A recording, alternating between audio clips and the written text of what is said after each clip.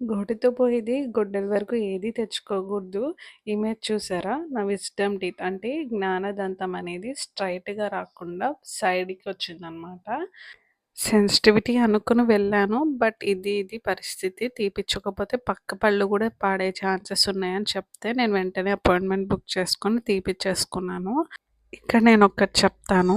నా wisdom teeth అనేది ఇంకా పూర్తిగా గ్రో అవ్వలేదు కాబట్టి నాకు వితిన్ 5 మినిట్స్‌లో అయిపోయింది.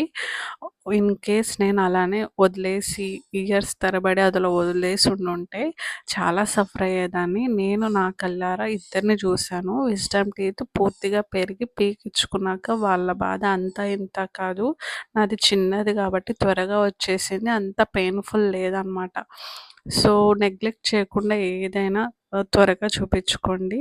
నాదైతే చిన్నదే కాబట్టి త్వరగా వచ్చేసింది. వితిన్ 5 మినిట్స్‌లో తీసేశారు. సో, ఇది నా టీత్ స్టోరీ.